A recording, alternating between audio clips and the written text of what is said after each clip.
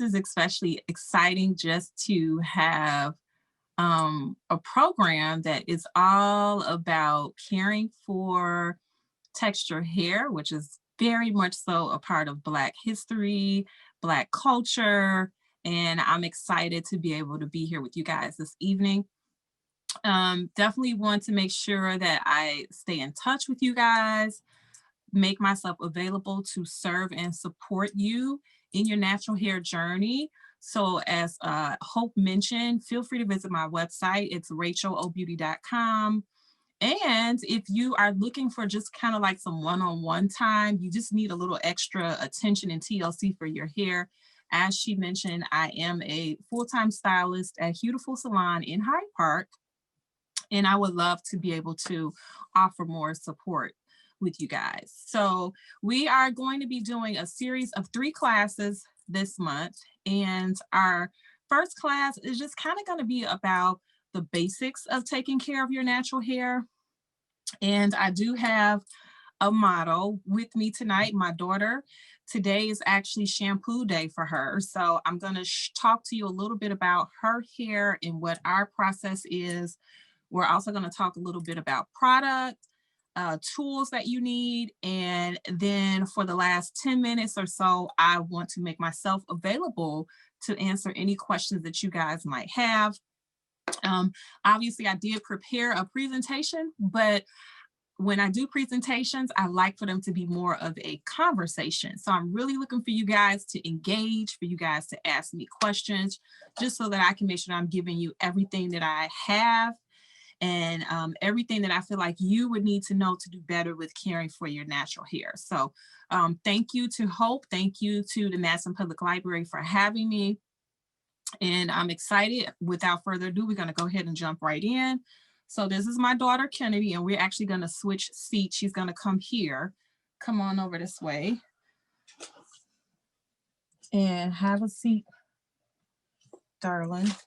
Okay, actually, I just want to let everyone know that we are recording right now, and also you're on mute. So that way you can, everyone can hear the presentation. No, you go. Use the chat box if you need to ask any questions. All right, so this is my daughter, Kennedy. I want to make sure you guys can see me, still see me pretty well. And this is all of her beautiful, naturally textured hair. And I have 3 daughters.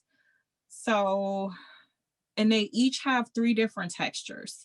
So there are certain things that works best for her hair and certain things that works best for my other 2 daughters' hair, as well as I'd like to mention that I went natural in 1996. So I've been natural for a pretty long time, and I've had everything from dreads to short afro to even done extensions, and love to wear wigs as well. I've done a little bit of everything.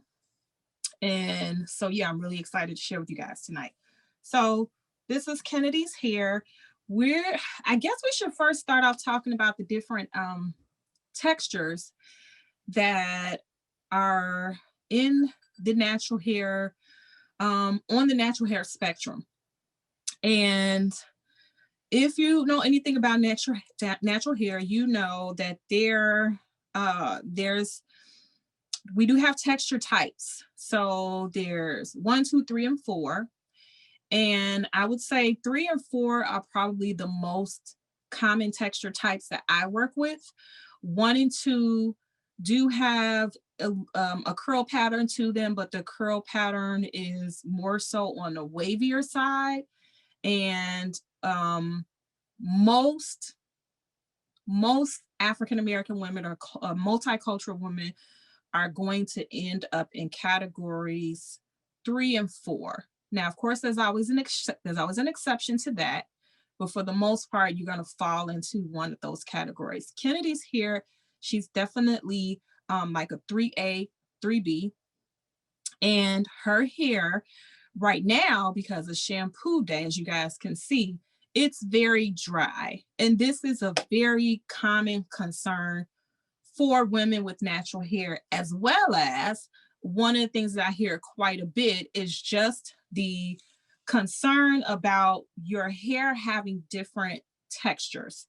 So for example, Kennedy is mainly a 3A, but if you notice I said 3A or 3B because most women, it's not uncommon for you to have multiple textures. For example, right here up in the crown, it might be a little bit more coarse. Maybe around the perimeter, it may be a little bit more on the curly side. So if you have that going on, it's not uncommon. The dryness isn't uncommon. The multiple textures isn't uncommon. That's very common for natural hair. So it's not a bad thing.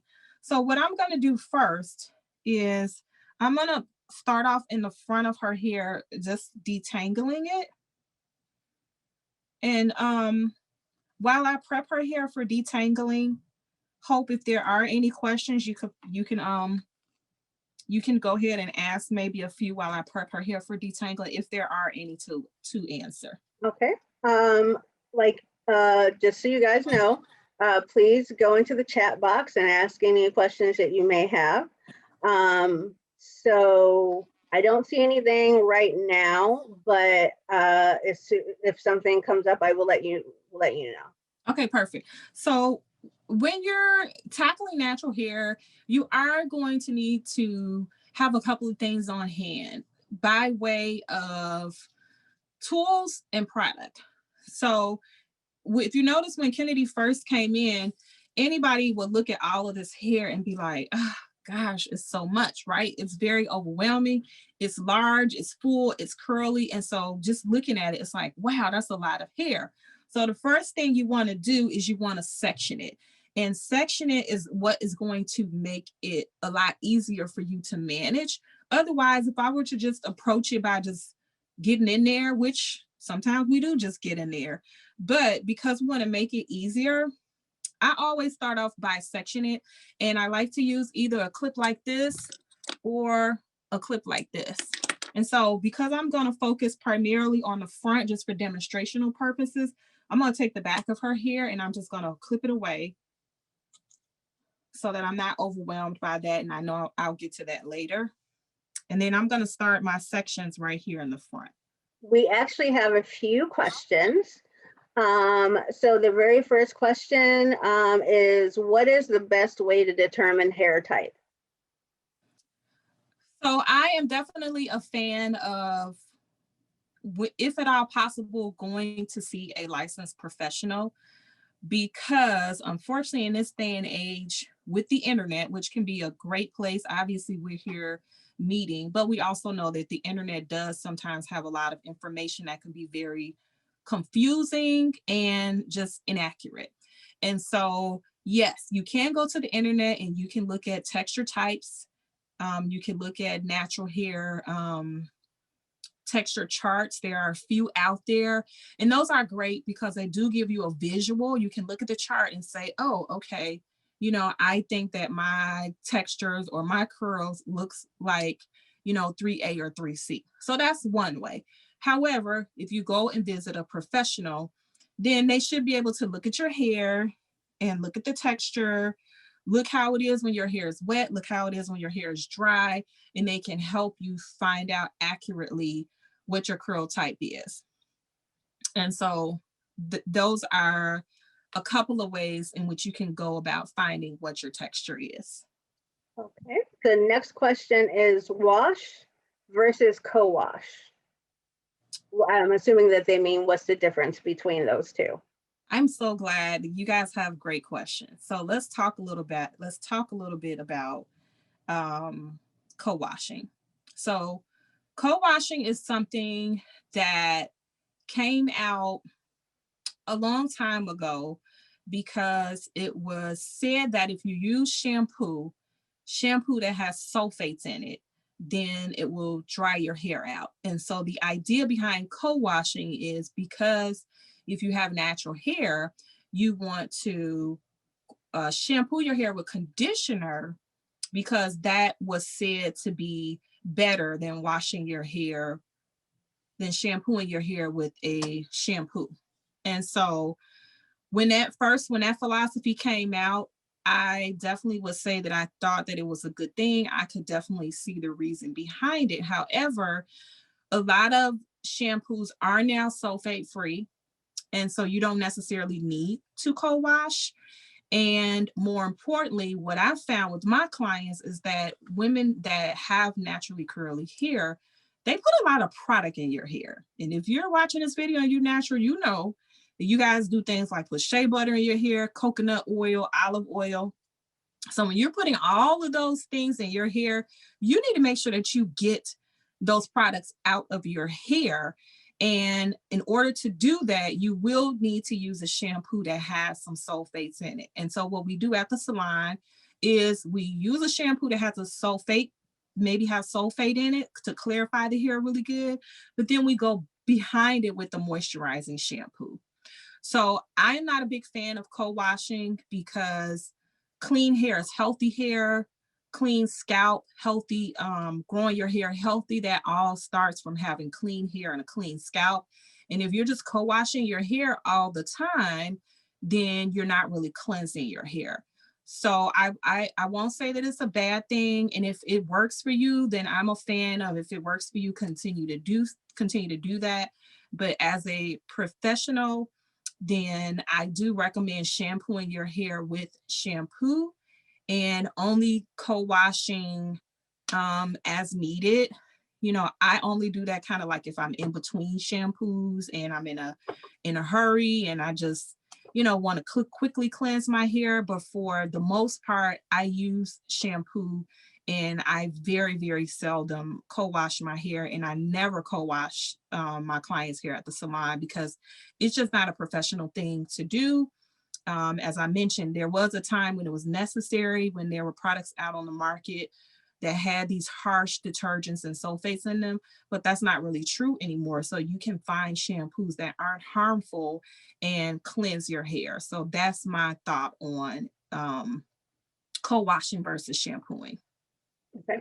I have one more, well, there's several more questions, but I'm going to sprinkle them out so you can start doing your process with your daughter here. But this actually goes to your other daughters. A person wanted to know, what are the textures of your other daughter's hair? My 10-year-old is in the 4.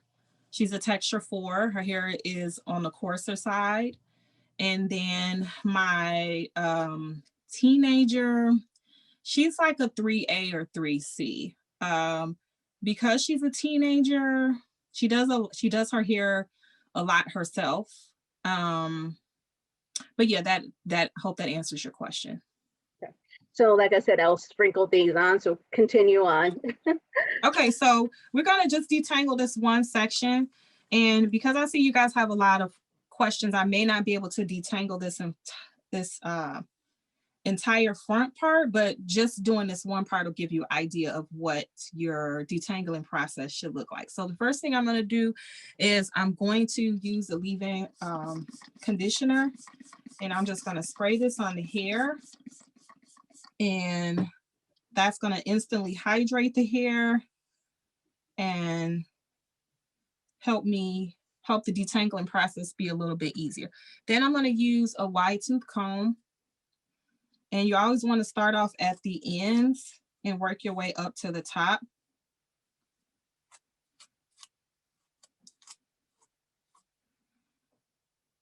And again, your detangling process will be a lot easier if you do it in smaller sections. So you'll see now that I'm even breaking down that one section into 2 sections. And that is what helps the detangle process to be a little bit easier. So starting from the ends, working my way all the way to the scalp. Then I'm just going to go over here and do the same thing. Now, again, we're going to be shampooing her hair tonight. So, you know, I won't go through the entire process for you guys, but I just really wanted to get into how to properly detangle. So leave-in conditioner, start off with that. Your tool will be a wide tooth comb. And then I also love to use like a detangling brush, both for the shampoo process and also for the detangling process. So this is a brush that will help me to further detangle. My favorite brush for detangling is the wet brush. And they're really popular here in my home. Hence the reason why when I went to look for one tonight, I could not find one because my daughters love to use my tools. But so if you go to the store and you're looking for a good detangling brush, the Tangle teaser or the wet brush. So leave-in conditioner. And then I'm going to was going to put a leave-in conditioner next, but I guess I didn't leave that out.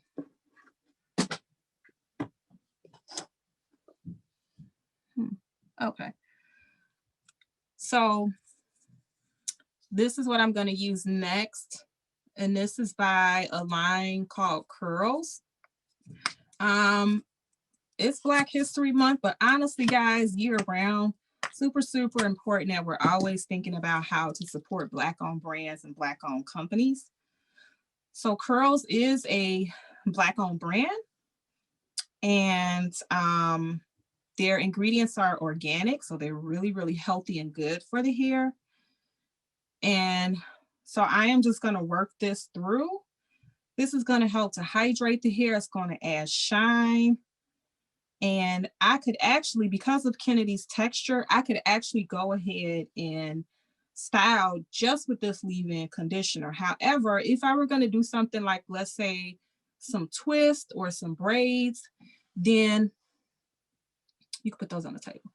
Then I would go behind this with a twisting cream. And so since we're talking about this, the scalp and things like that, someone wanted to know, what should you use to combat a dry scalp? What should you use to combat a dry scalp? Again, so that's going to start in your shampoo process. So you really want to take a look at the shampoo that you're using. I would recommend like a shampoo that has tea tree oil in it, or something that is made specifically for dry scalp. And so 2 Black-owned brands that I will recommend, well, actually 3. So the salon that I work at, Huetiful Salon, we do have our own products, and we do have an amazing tea tree shampoo that is really great. And we've been using that a lot on our clients because a lot of people are coming in with dry skin. So definitely, if you're interested, come on in and visit the salon. We have those there. Design Essentials, which is another Black-owned brand. They have a line that is for dry scalp. And then I think Curls has something also. You can put tea tree oil on the scalp as well. I don't recommend using like a lot of oils because sometimes it can get really heavy, especially depending on what kind of style you're doing. Sometimes that can get, sometimes it can get really heavy. So use oils sparingly. When I do use them, what I like to do is I like to put them on the pads of my fingers and just kind of massage it into the scalp. I don't know what it is about naturalistas and naturally curly women. We tend to go heavy on the oils. And I think it's because there's a myth that the oils is what moisturizes the hair, which is helpful. But really it's water that hydrates the hair. And so when you use oils, just use them sparingly, especially if you're styling your hair, because they really can weigh the hair down. And but if you have dry scalp, they definitely would be helpful with you. So I would say look for products, whether it's your shampoo, your conditioner, or your styling products. I would say look for products that do have tea tree oil in them. Or Perithian zinc is another one that's really good for dry scalp. Okay, and I'll give you one more question. On spectrum 1 to 4, would it be straight as number 1? And to more curly hair, does it exist up to number 4? Exactly. But I would say texture type number 1, if it isn't straight, I kind of wish I would have had a chart. Maybe I can do that for the next Zoom class that we have planned. So anything that's on the spectrum does have a curl pattern to it. I would say Textures 1 and 2 are more of like a wavy pattern. So there's a curl pattern to it, but it's just wavier. Typically, curl types 1 or 2 are more like Hispanic or Caucasian, because we know that people of other races, they have curly hair as well. And then your texture types 3 and 4, like very coarse, you're going to be in the 4 category. And then coily and curly, that's more so like curl type 3. But again, I just want to stress that most women, it's not uncommon, especially for African American women, where you will have multiple texture types in one head. And it's not a bad thing. It's just the way that our hair grows, and it's just what our hair does. So it's not a bad thing if you happen to see that. Okay. So what I'm going to do is let you continue on, and then I know that you said about 10 minutes you're going to at the end answer people's questions. So I'll save those for them then. But I just wanted to kind of get you going. And if you have any time that you want to answer questions, let me know and I'll give you a question to answer. Okay, so what I'm going to do is I'm just going to do this one section in what's called a double strand twist, because I would consider that a basic of caring for your natural hair and styling your natural hair. And if you are looking for a way to style your hair, double strand twist is just kind of like just very basic. Anyone can do it. I do have clients that come to the salon and they'll have me twisted for them, but honestly, it's simple enough. You really could do it on your own. So now that this section has been detangled, again, we used the wide tooth comb, we used our clips. I'm just going over everything that we used. And then I used a leave-in conditioner, detangling spray, and then a leave-in conditioner that is going to be a little bit heavier. Again, this is Curls, the Black-owned brand. Definitely recommend you guys support Black-owned as much as possible. And as I mentioned, sections are super, super important. So I'm going to take this section, I'm going to split it into 2.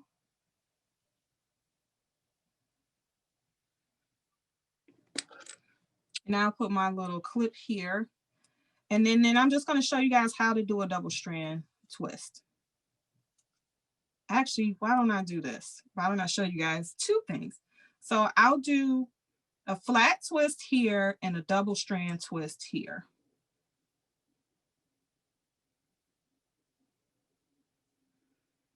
So a flat twist is basically a double strand twist that has been plaited to the scalp.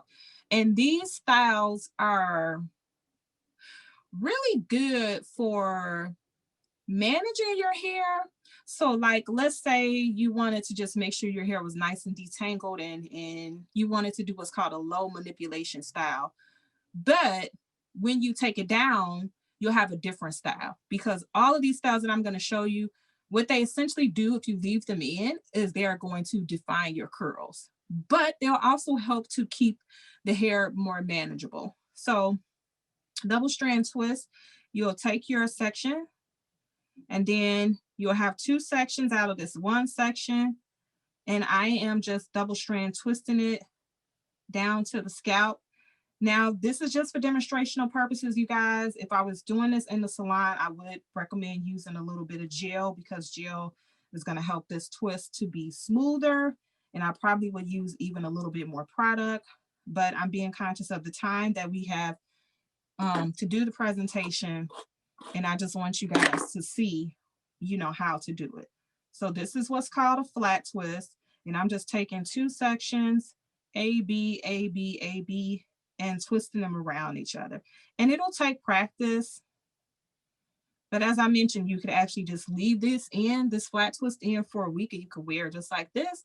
When you take it down, you'll have a totally different style. You could also do really fun things, like you could put a rod on here and it'll create like some really pretty curls. And then for this section here, we're going to do just a hanging double strand twist. Always going back in and making sure that the hair has been completely detangled, and also that she has enough product saturated to define her curls. So here's this section here, and we're going to split it into 2 sections. And then I thought I had a curl cream, but I don't see it now. See, this is what you get. You think everything's all set up. You doesn't always happen like that. Actually, I'm just going to put more of this on it.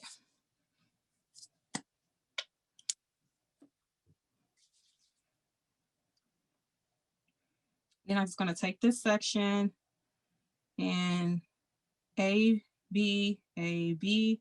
I'm just twisting the hair, each section around the other. And as I mentioned, this is going to help me to manage her hair. She could actually leave these twists in. She could leave them in for up to 2 weeks. They don't usually go that long because I like to shampoo, and I recommend shampooing your hair every 7 to 10 days.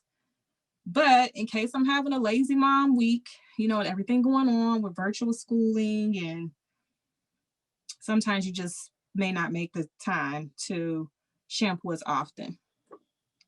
So here we go. Here's one double strand twist, and here's one flat twist. Okay. Thank you, Kennedy.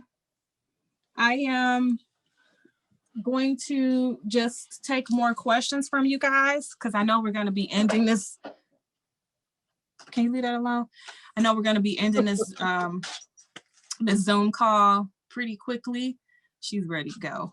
But I hope that gave you guys some ideas in regards to styling, how to make your hair more manageable, and what tools and products you can use that will be helpful to everyone. Okay. So the next question would be, what do you recommend to grow hair longer? To grow hair longer, I mean, I cannot stress this enough. Healthy hair starts with scalp care. So you really want to make sure that you are cleansing your hair on a regular basis. And again, my personal recommendation is every 7 to 10 days.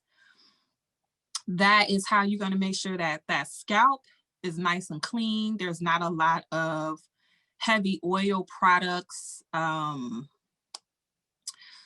The hair follicles will be in the right environment, the right growing environment. And so really it starts at the scalp, making sure that you're shampooing your hair, making sure that you're conditioning your hair, making sure that you are trimming your ends. I have my clients, I recommend that they trim their ends every 10 to 12 weeks. Some may do a little bit sooner, some may not do as much, but what happens is if you do not trim your ends, then those split ends just travel up the hair shaft. So I can't stress enough how important it is to trim your ends. And overall, just take good care of your hair, whether that is under the assistance of a licensed stylist, or if you are someone who has kind of figured out what products your hair likes and what works well for your products, what works well for your hair. Just make sure that you have a routine and you have the right tools, you have the right products, and you have the right technique and regular cleansing care. All of those things will help with hair growth. I'm sorry, how could I forget? Vitamins also. Vitamins and your diet are extremely important. Also, managing your stress. A lot of people aren't aware that stress is something that can affect your hair growth. And if you're under a lot of stress, you know, you can see things like hair loss and things of that nature. So think about your diet, what you're putting in your body, what you're drinking, and also try to think about your stress levels.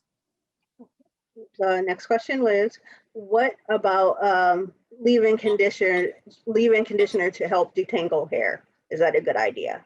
Yes, that's actually what I was just using on my daughter. This is a leave-in conditioner, so I definitely would recommend using that. Okay. And what is the best way to keep your hair moisturized? I use the person uses the lock method, and they're still having trouble.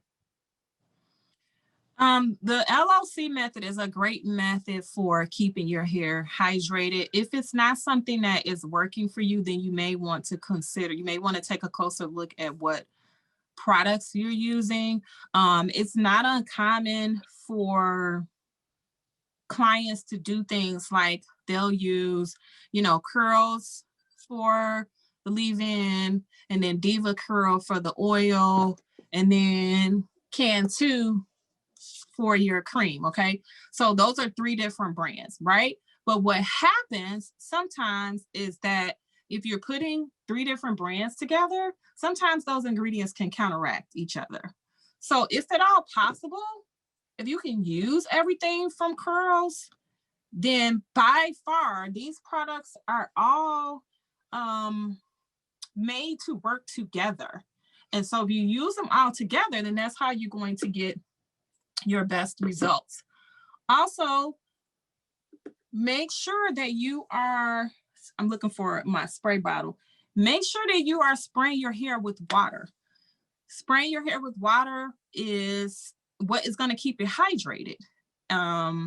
Not even so much the products that you use. The products are going to help seal in the moisture and add moisture, but definitely keep a spray bottle that has water in it and spray your hair from time to time so that your hair can get some of that hydration that can only come from H2O. All right, the next question is, what is the best product to keep edges down without products with a lot of chemicals? I am a fan of edge control and I use that a lot. Honestly, I can't say that I'm aware of an edge control that's out on the market that doesn't have chemicals in it. I suppose that you maybe could find something like that at like a Whole Foods or Trader Joe's or something like that. There's one edge control that I'm thinking of that has minimal chemicals in it, and that would be again by Curls, their blueberry control paste. I believe those ingredients are organic and I use that one. That's a very good edge control. There's also one by The Main Choice that has biotin in it, which is really good for hair growth. So again, because of the texture and consistency of edge controls, and if you really wanted to do what it's supposed to do, which is control your edges, then it may be kind of hard to find one that doesn't have any chemicals. And honestly, I'm not even aware that there is one out on the market without any chemicals. So I would say, again, look at Curls, look at The Main Choice, and if no chemicals is really your thing, then I would go to like a Whole Foods or a Trader Joe's and see what's available there. Are there any safe ways to color natural hair? So if safety is your concern, you can do like an ammonia-free color, which we do offer at the salon. For the most part, depending on the kind of result that you're looking to achieve, you can do something like henna. That probably is going to be the most natural. I don't have a lot of experience with henna because it's not considered a professional way of coloring the hair. We do work with professional colors at the salon, but if you would like to have color done and you want it to be as natural as possible, then I would say check out henna. Unfortunately, I can't say a whole lot about it because I just don't have a lot of experience with henna, but I do know that I have some clients that have used it and it seems to have worked well for them. If you come to the salon, then we have the ammonia-free option, which is a healthier option for coloring your hair. Okay. What are the signs what are the signs you use to know when you need to wash your hair? Jesus, I'm sorry. Hold on, everybody. She's coming back.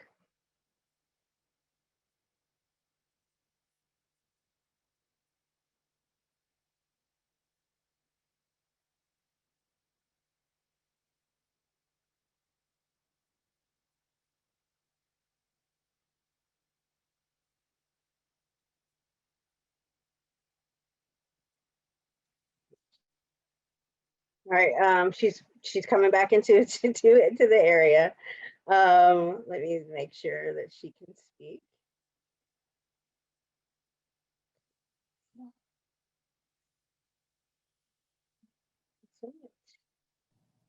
Okay. All right. So You can hear me? yes, we can hear you. Okay. Yes. Yes. Okay. So you Okay. were saying what? I'm sorry about that. You were saying what are the signs that you need to shampoo your hair? Right. Well, if you use a lot of product, then you'll feel that your hair is drier. You'll also just be able to feel like the buildup of product on your hair. Especially if you're using things like edge control or like heavy oils and butters and things of that nature, you know, you'll know the difference between how your hair feels when it's clean and how it feels like when you just have like a lot of buildup on it. So that is how you should be able to tell when your hair needs to be shampooed. Okay. A lot of people are saying thank you for the presentation, by the way. Oh, And there's a great presentation, but there is another question. sure. How do you take care of gray natural hair?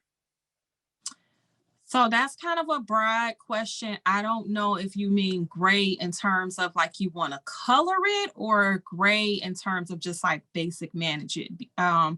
So because I I'm think not it's sure. more of the managing part of it. Yeah. Okay, so it's really no different from managing any other colored hair. Gray hair does have a tendency to be a little bit more resistant, especially when you think of coloring it. But other than that, it's really not a big difference. It's not that difference from managing any other color here. Just make sure you keep it hydrated. Make sure that the products that you're using are going to, even in some cases, add some shine to your hair. If you feel like your gray is kind of dull, you can definitely put products in it that can add shine to it. But honestly, it's no different from managing any other hair that's, you know, any other color hair. It's no different. Okay. And the very last question that we have is what is the best way to prevent tangles and knots? Trimming your ends by far. If you, as a matter of fact, that is a sign that your hair needs to be trimmed. If you are seeing a lot of what we call fairy knots on the end, and if you're seeing a lot of tangles, I mean, granted, your hair is curly, so we know that it's going to a certain degree. We know that it's going to be tangled to a certain degree. But if you notice that when you get to the ends, like your comb just snags on it a lot, and you got a lot of fairy knots on the end, and that's a sign that you need to get your ends trimmed. Okay. That seems to be the very last question that we have.